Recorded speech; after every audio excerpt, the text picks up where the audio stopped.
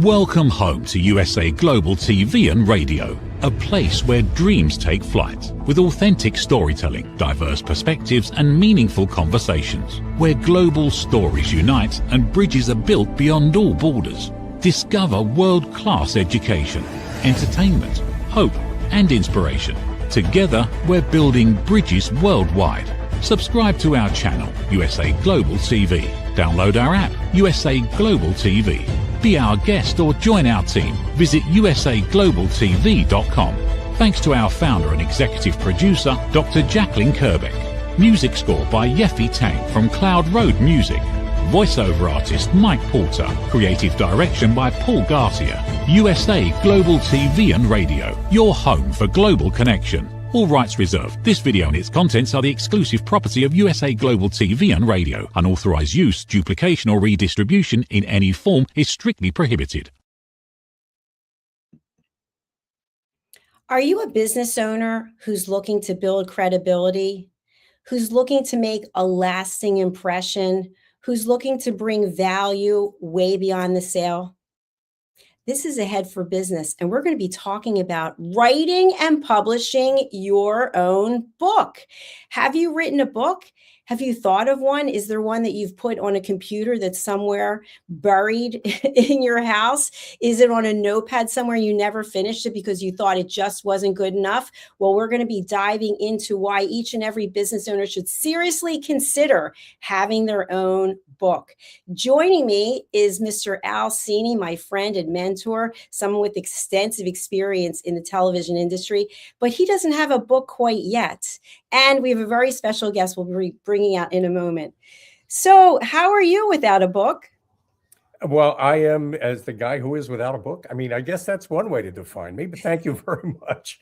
I do, this is such an important topic because I really do believe everybody has a story to tell, but most people don't know where to begin in telling it. And that, I think, is maybe an example of that. So it'll be great talking with Dr. Katherine today about how she helps authors tell their story in print. I think the value of an editor, somebody to work with as you're shaping your story, I think that's real value, and it's great to be talking with somebody who can provide that. Absolutely. Let's bring out our guest and then I'll introduce her. Our guest, welcome, Dr. Katherine Hutchinson-Hayes, is an author, an editor, a podcaster, and she is a business owner where she helps people publish their books. So let's get into it. I love the name, owner of Dressed in Love Press. How did you come up with this, Doctor? Well, it's my tagline as an author and a speaker. My tagline was dressing in God's love through the spoken and written word. So it just made perfect sense that if I was publishing other people's stuff, that Dressed in Love would be somewhere in that title, because that's what I'm all about. I think that's great. I read your LinkedIn profile. You've got quite a story to tell yourself. And I guess my question is, as a person who is faith-based, which is pretty clear based on the way you described yourself. How do you stitch that in with people who want to write a book and need help writing a book, but may not be themselves faith-based?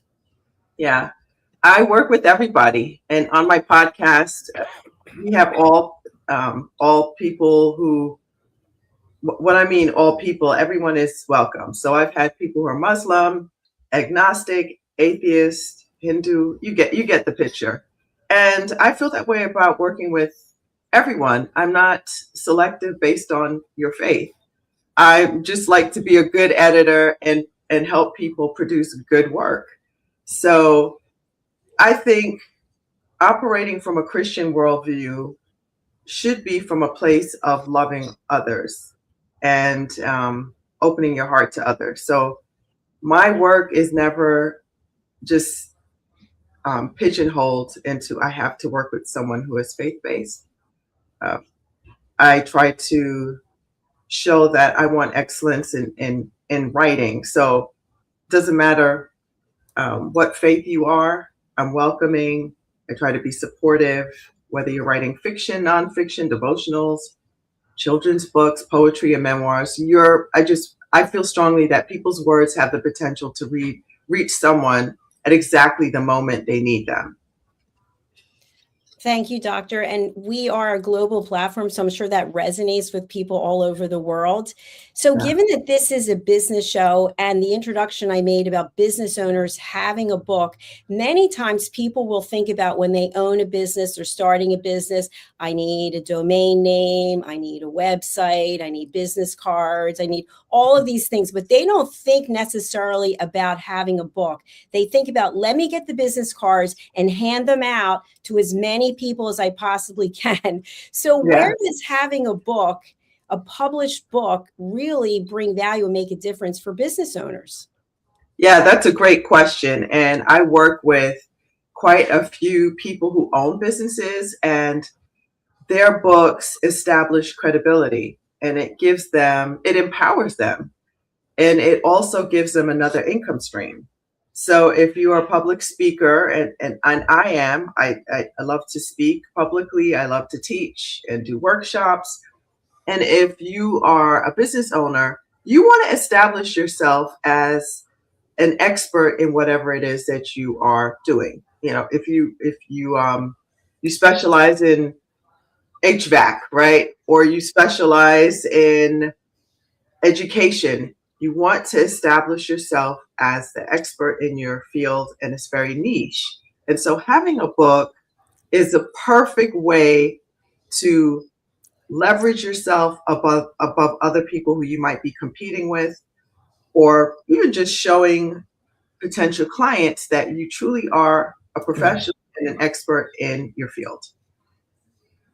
I Great think that's answer. important. And, how tall does somebody need to be to ride this ride? And the reason why I'm asking that is I've worked with and talked to developmental editors, people who help people write books. Mhm. And often what you get from a prospective author is essentially a big bag of words. How do you handle that?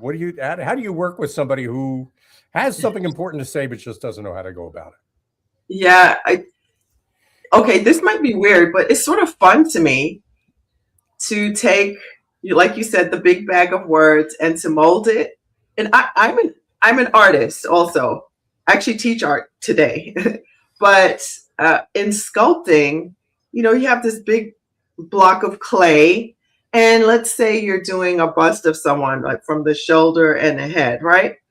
As you start forming it, you can see that it's the head, you can see the shoulders, but it's not defined. You can't tell who the person is.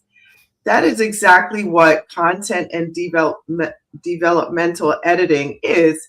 You take that form and you chisel it so that that person's voice is shining, it's unique, it's individual, and they're getting to say exactly what they wanted to say. Because a lot of times the words that are in our heads, when they get out on paper, people don't quite understand. We understand because we wrote it, and we fill in the blanks that might be missing. But an editor comes in and says, hey, we can't get into your head. I think what you meant to do was say this, right? And this is not making sense. And there's a plot hole here. And so that editor comes in and they're able to take that clay and truly form it and make it distinctive. Yeah, I can picture that. That makes a lot of sense. Yeah. I'm thinking about some of the things people have told me over the years when it comes to writing books, especially business owners. I'm so busy, which, by the way, to me is a 4-letter word, busy. I'm so busy, I don't have time to do this. And if I do it, it's got to be perfect. And I've tried to explain, no, it doesn't have to be perfect. And you're telling information that is through your story, your journey. It's already in there. It's just a matter of getting it out there. So, Dr. Katherine, how do you work with people to get them to express themselves?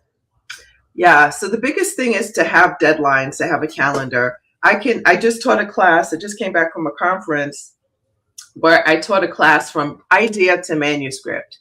And we had a concrete worksheet, and we were working out, the outline. And I told them there's such power in an outline. I found that out when I did my doctoral dissertation You could probably understand that, Dr. Jacalyn.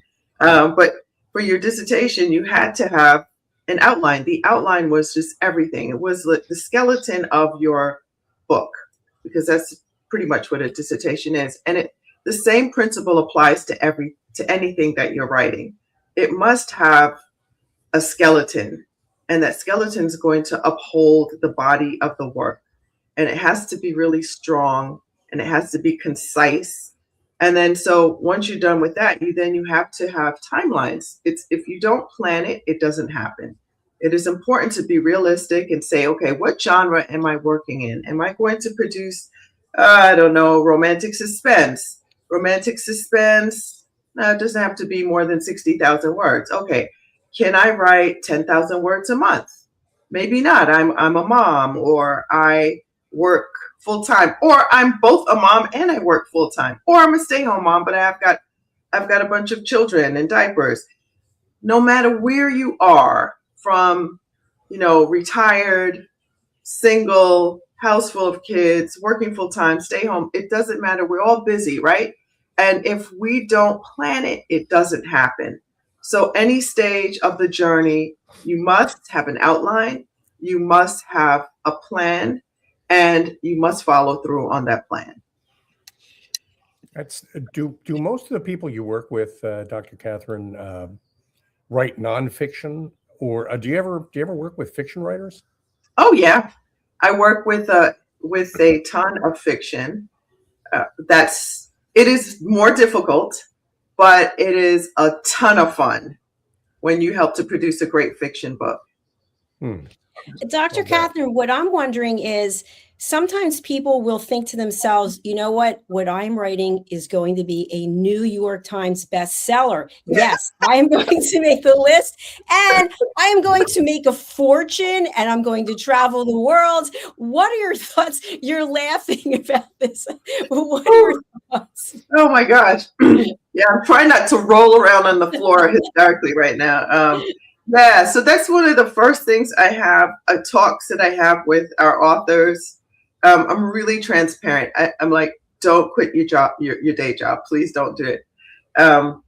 Your day job is going to help feed you, pay your bills.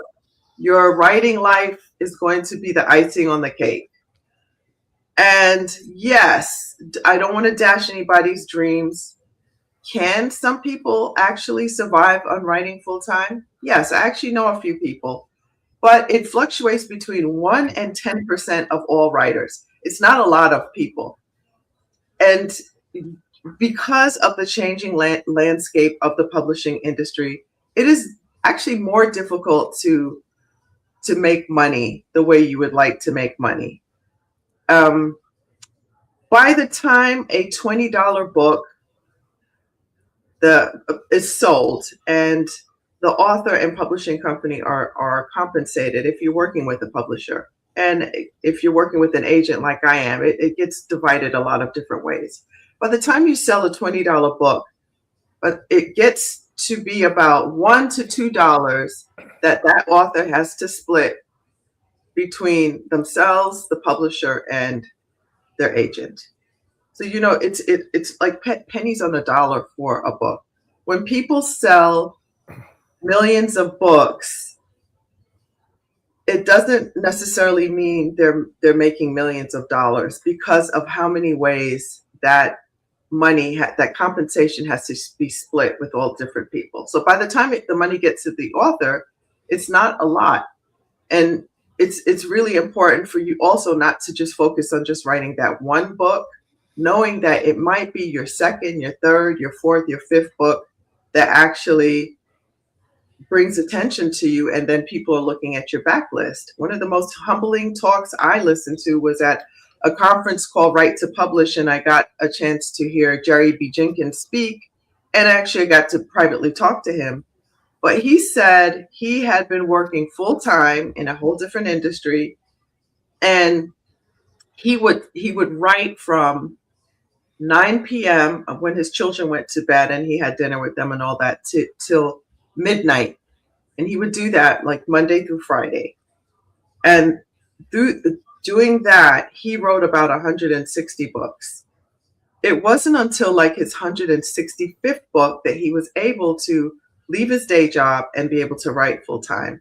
And he's the one who wrote the Left Behind series.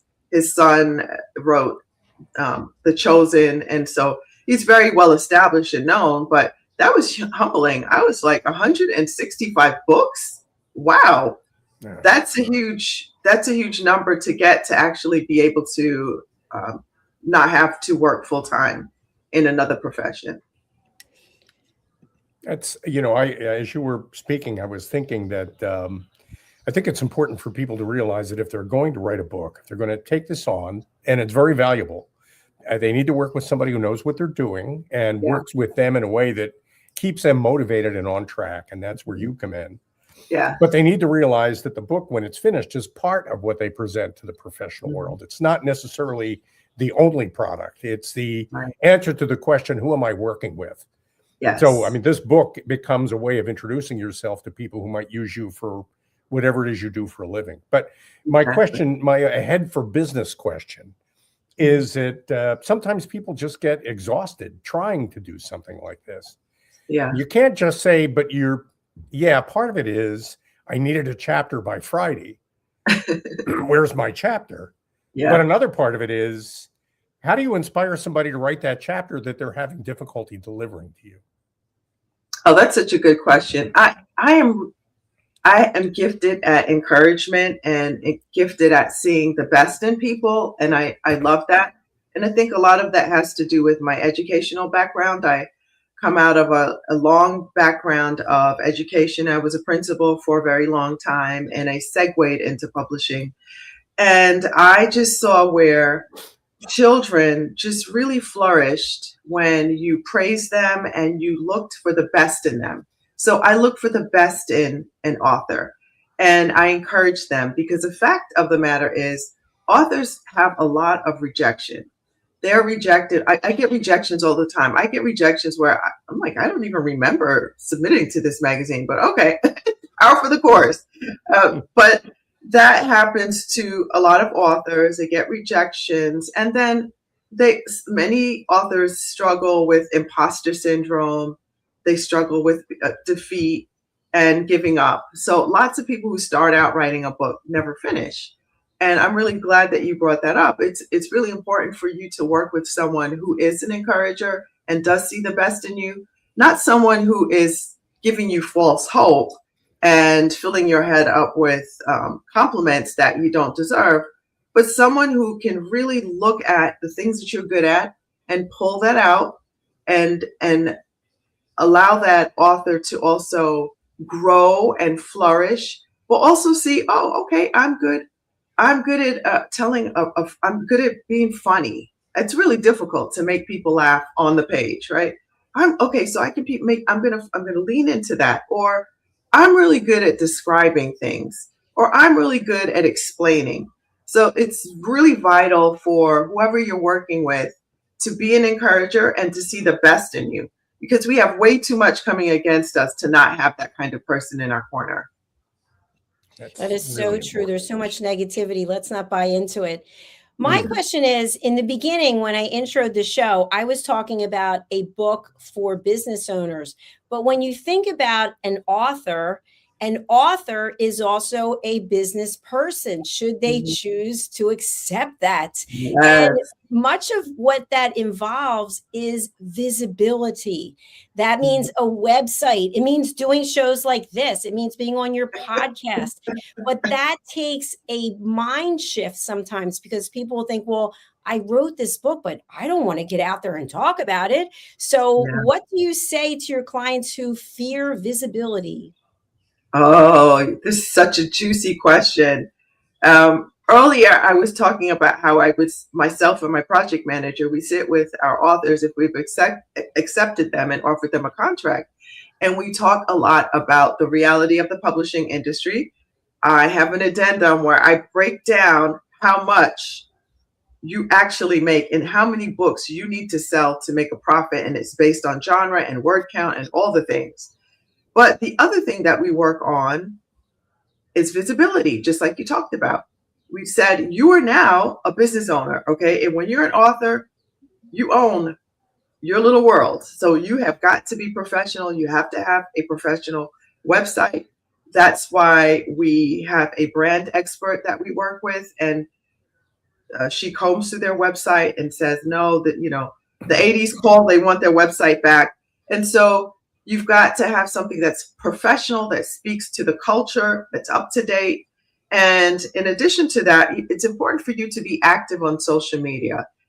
One of the best examples I can see is one of my authors. When she started, she had a small website. She wasn't very engaged with it and had Facebook. Well, now, and she's in her 70s. Okay, she's doing reels.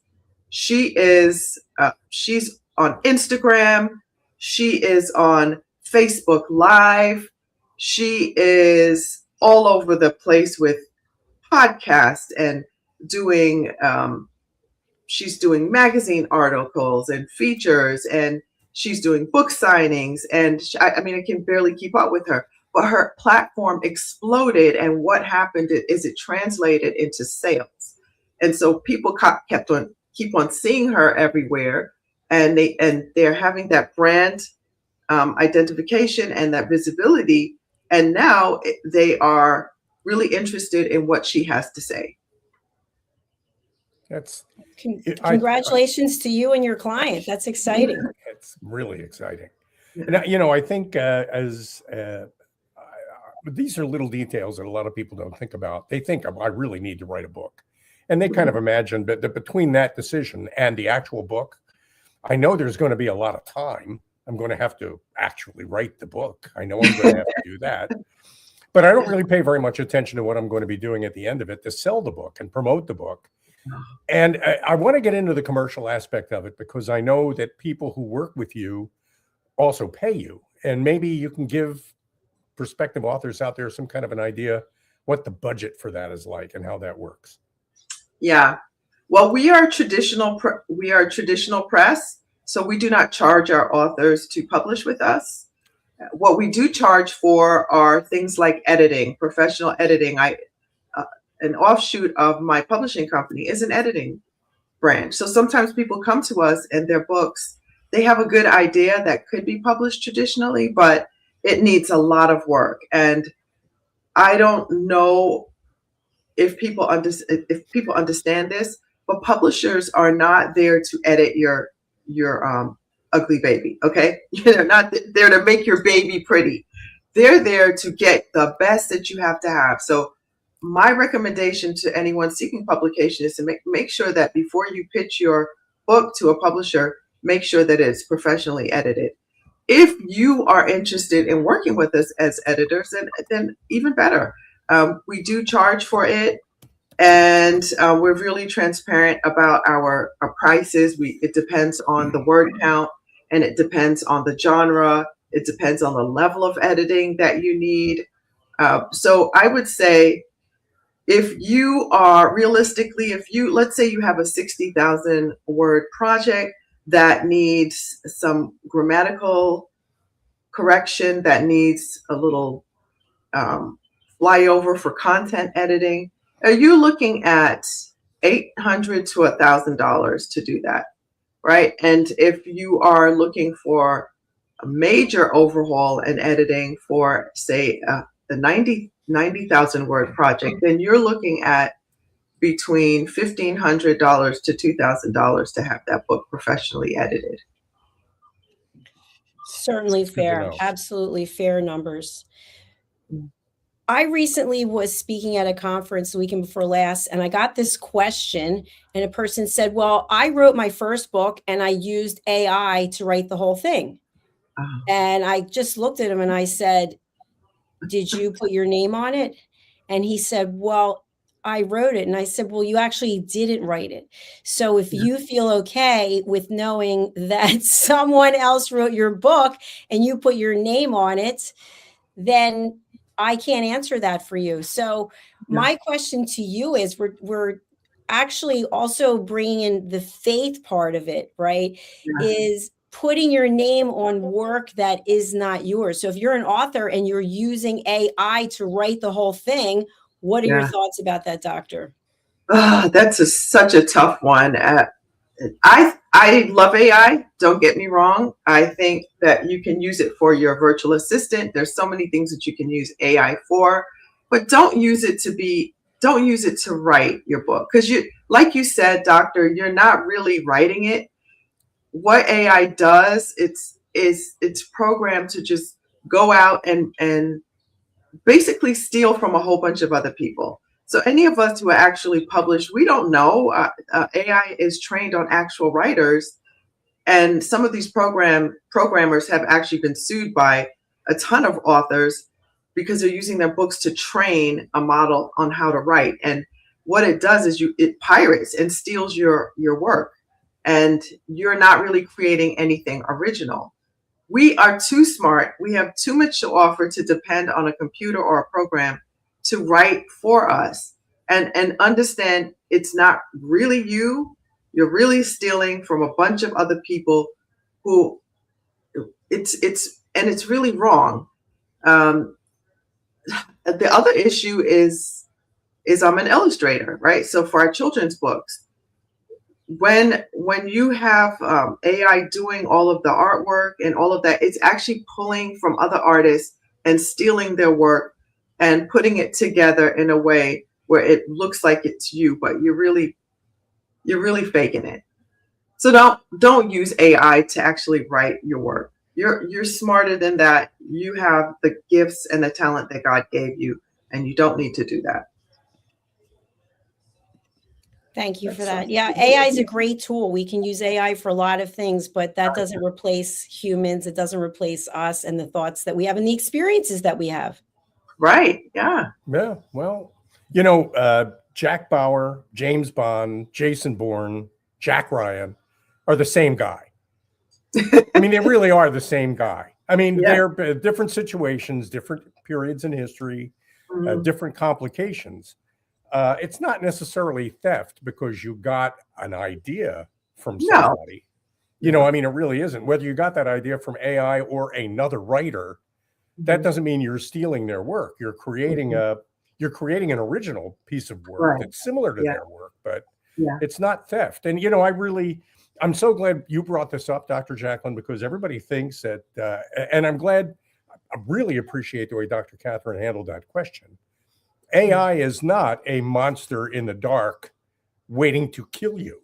I mean, a lot of people are terrified of it. Yeah. A lot of people are terrified of it, but it can be very helpful, but it shouldn't replace you, and you shouldn't ask it to replace you. Yeah. And I think that, sure, I can ask that book that you want me to write. I guess I could ask Copilot to write it for me. Copilot certainly knows enough about me now to be able to take a pretty good shot at it. But I wouldn't do that. I mean, I would, but as I was advancing it, I might run it by Copilot to see what Copilot thinks. But that isn't necessarily, I'm not abdicating my responsibility to produce the content. And I think, but then again, by the same token, I can't use AI to replace Dr. Katherine. I need a human developmental editor to work with me in developing my content, not a machine. I need a human being, because that human connection is critical to producing content that people want to read. Yeah. So you have a mix of authors who are just embracing AI and they're using it to write everything, which is not really original. It's not original at all. And then you have authors who are so terrified of AI. And I'm like, it's just another tool. And we've actually been using AI for a lot longer than we think. Grammarly, spell checks, those are all forms of AI. Their AI is so deeply embedded in our everyday lives, we don't realize how much we depend on it. And so, no, use it for what it's supposed to be. It's a tool. It's supposed to make your life easier. It can help you. It can help you bounce ideas back and forth specific to your genre, because every genre is a recipe. It's a special recipe. And I love that you said these are all the same characters. That's what genres are, right? It's a speculative fantasy is going to be a different recipe from a romantic suspense. Romantic suspense is going to be a much different recipe for a memoir or a devotional or a self-help book about, how to get married in 3 weeks. I don't know. But it's all a very different recipe, and you do want to follow the recipe. And so you look at what other people have going on. Okay, James Patterson has this going on. He writes suspense. Okay. All right. So this Karen Slaughter writes really scary thrillers. Okay. So this is her recipe. This is how she did it. You're not stealing, but you're looking at their artistry and you're saying, okay, that's how they put their recipe together. All right, mine's going to be something like it, but I have a different background. I have some different ideas about how to put this together. And then you create your unique book. Doctor, absolutely. I want to talk a little bit about you as a business owner and what that trajectory, what your journey has looked like. So when did you actually decide to go into the publishing business? Well, that was about 18 years ago. I had my last baby and my husband was deployed all the time. And instead of going back to the principalship, I began digging into writing. My husband built me a little office in our laundry room / cat litter box room. And it was the little springboard desk that he put up for me. And I was quite proud of my little office. And I began doing what I knew. And I knew curriculum. So I would write curriculum for different programs, like homeschool programs, church programs. I did a lot of work for Protestant Women of the Chapel, which is an interfaith group on military bases. And I would write programs. I would write curriculum for them. And then I segued into editing. And then I segued into writing my own books. And then I segued into freelancing for traditional publishers as a production editor. And then I worked with a literary agency as a production editor. And my knowledge of the industry just continued to grow and grow. And finally, and this was last year, I thought, I've been working in this industry for quite a while now. And I certainly know how to put a good book together. I know how to do covers because I'm an artist and I have a good eye. What could be so hard about just starting a publishing company, which is pretty hilarious because it is really hard. It's a lot of work. You have to have a business plan. You need to have an LLC or S corporation, however you're going to do your business. Really important to have a lawyer behind you to make sure that your ducks are in a row and your business is protected.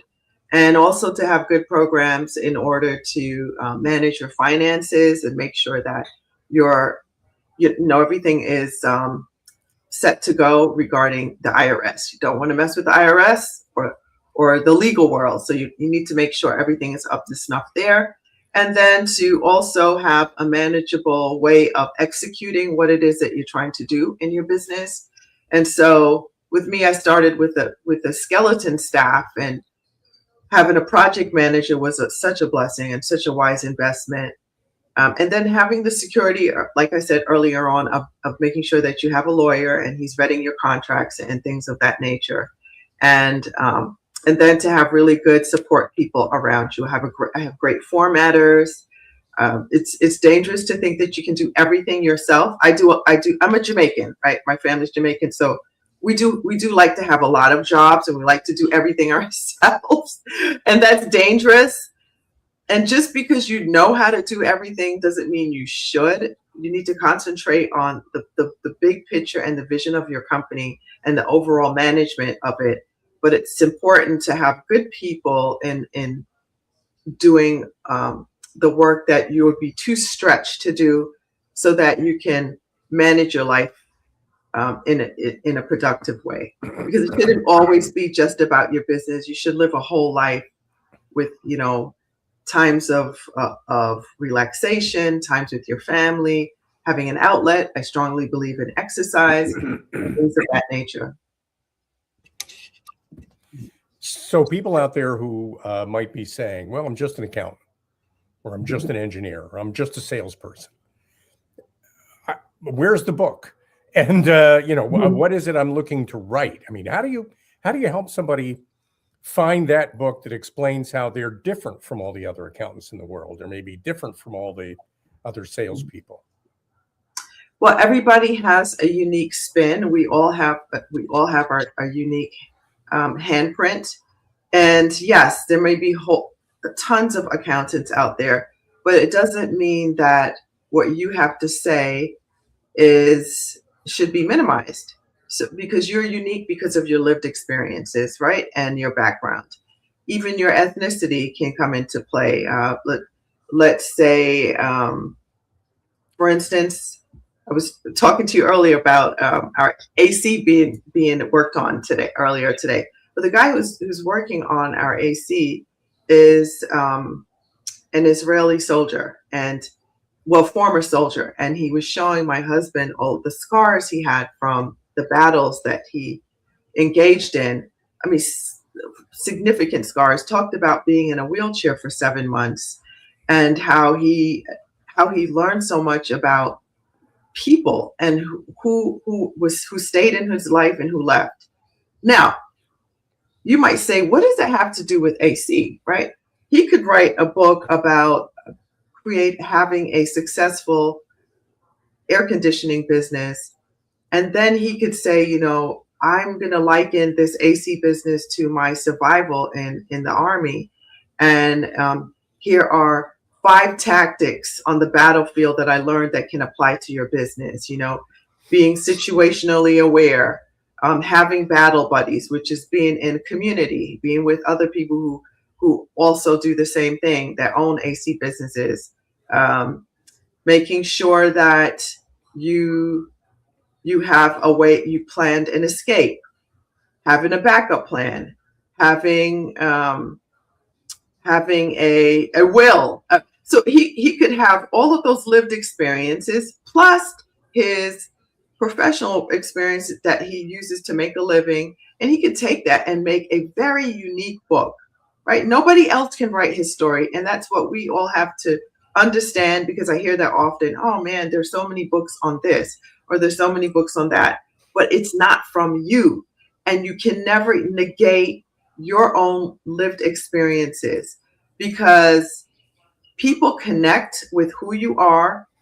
Facts inform, but stories transform. So anything that you write, whether it's self-help, whether it's a business book about ACs and thriving in that business, your personal story behind all of that help to transform people and help them to lean into the factual stuff that you're teaching as well. So every page carries a possibility of impacting another human being. It's funny, Doctor, when you were talking. Wait a minute. I'm writing all this down. Okay. When you were talking, Doctor, I found myself thinking, that's a book that I would buy. I think that's very interesting. And I think also what comes with writing a book is doing keynotes. It's doing a podcast with you. It's doing a TV show here with us. And all of a sudden, an entire new audience gets to know about your work and your book. And I'd love to close out by sharing, what does it do for the actual person, the human being who gets to tell their story? That to me is the true breakthrough. It's not just about the book, but it's being able to impact other people's lives. What do you think? Oh, absolutely. When I began writing and then helping other authors, I discovered that every single book carries purpose. And that realization changed everything. It taught me that writing is not simply about selling books, it's also about serving people. And though the writing journey isn't easy, right? There's so many periods of doubt, and there are edits and deadlines, and it feels impossible to finish. You can continue even when the path becomes difficult, and every challenge reinforce something that's a powerful truth. God doesn't call the qualified, he qualifies the called. Every obstacle becomes preparation. Every setback becomes a lesson. Every opportunity becomes a stepping stone. The key is to remain faithful to the assignment. I love that. I've never heard that before. That's beautiful. I can see why you're an excellent keynote speaker as well. Absolutely. Dr. Katherine, for people who want to work with you, what's the best way to get in touch with you? Yeah. My website is a landing page where you have everything, all my contacts. I'm very active on social media. And I also have my direct email for the publishing company, which is dressedinlovepress@gmail.com. And my website is my name. It's Dr. Katherine Hayes. I cut out the Hutchinson to make it a little easier for people so they're not typing for hours. But that's how you can contact me. I absolutely love engaging with authors. It's my favorite thing to do. I'd love to make your story come alive. Thank you so much for being here today. I've learned a lot, and I hope that you come and visit us on one of our other programs. Yes, thank you so much for having me. This has been so much fun. You guys were absolutely delightful. Thank you very much. I really enjoyed meeting you as well. Mm-hmm. Well, Mr. Cini, do you have a book coming now? Yeah, I do. It was such a great conversation for me for all those reasons. I mean, it was one of the greatest points I think I heard is that there's a story really in everybody. And no matter how ordinary you feel your life might be or your profession might be, there's something different about you that's worth writing about. And I think the secret really is to work with a human being like Dr. Katherine, who can help you mine that story out of the bag of words you have floating around in your head. You know, somewhere in there, there's a story to tell. And I think that, for me anyway, that was the key takeaway in that conversation. I agree with you. Al, tell us about the work that you do and who you can help. Well, if I were to write a book about it, just a thought, if I were to write a book about it, it would be a book about how when people are properly motivated and inspired, they can come together and do amazing, surprisingly wonderful things. And that whole idea that there's an Einstein quote that the really beautiful and inspiring work is done by people who can labor in freedom. When we're trying to get people to do something, we tend to focus on deadlines and rigor and structure and clarity, and that's all important. But often in between the lines, there are amazing breakthroughs that make the difference between getting a consistent, predictable, mediocre result and a truly spectacular, exceptional, wonderful result. And if you're willing to take the risk and willing to invest the time, I think that second course produces really terrific results. And you know, I think if I were to write the book, it would be to write a book about how people, when they work together, can catch fire in ways that surprise the managers. I mean, shock them sometimes with how high quality the results are. And what we try to do is make that a reliable, repeatable process with ProFit for Teams. So thanks for asking, Dr. Jacalyn.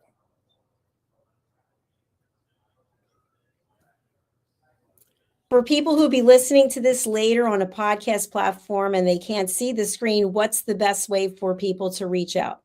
Call me at 212-480-3730 or send me an email at al@pro-fit4teams.com. Thank you very much, Mr. Cini. I look forward to seeing you for our next show. I'm looking forward to it myself. Talk to you soon. If you are a business owner or you're someone who's producing content, why not consider distributing it on USA Global TV and Radio, where we've already earned the YouTube Silver Creator Award for over 100,000 subscribers on just one of our channels. We're also distributing content in German and in French, and always looking for people who have other languages. So let's take a look at this clip. If you already have content or you would like us to distribute it, we're here to help. We provide training and coaching. People are searching for experts every day. Are they finding you, or are they finding someone else? Every day, professionals are building authority through media. We've already built the platform. USA Global TV and Radio. Over 14,000 shows streamed to over 60 countries. This isn't about becoming famous. It's about leverage, visibility, credibility, opportunity. One interview, one conversation, one show, repurposed into content, connection, and business growth. Most people assume hosting a TV show requires a studio, a production team, and a massive budget. Our television packages begin at $1,500 US per month.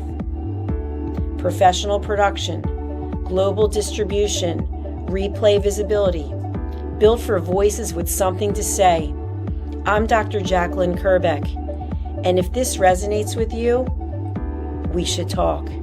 USA Global TV and Radio, all rights reserved.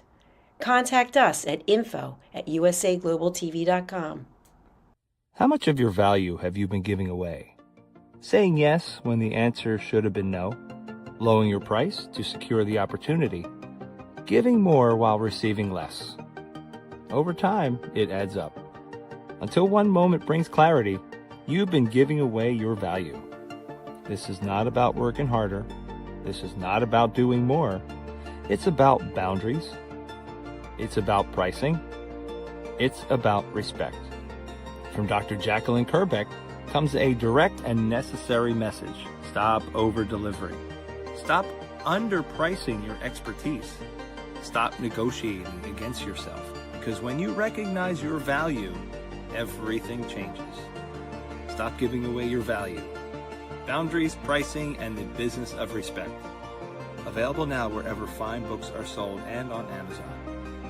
A film by USA Global TV and Radio. Executive producer Dr. Jacalyn Kerbeck. Videographer and cinematic production Paul Garcia.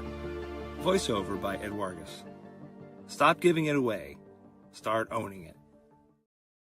Thank you, viewers and listeners of USA Global TV and Radio, for joining us today. We're honoured to have your time and attention as part of our global community. At USA Global TV and Radio, we believe in the power of authentic conversations, meaningful connections, and creating a world of possibilities together. Want to be part of something bigger?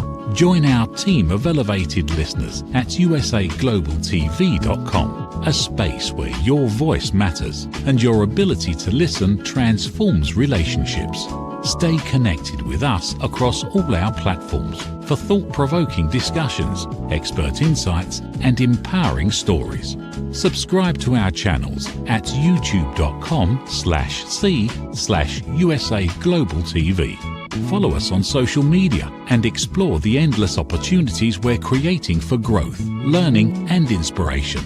Together, we're not just broadcasting, we're building bridges and changing lives one conversation at a time. For inquiries, contact us at info@usaglobaltv.com. Produced by Executive Producer and Director Dr. Jacalyn Kerbeck. Voiceover by Mike Porter. Creative direction by Paul Garcia. All rights reserved. Visit usaglobaltv.com to view our full terms and conditions.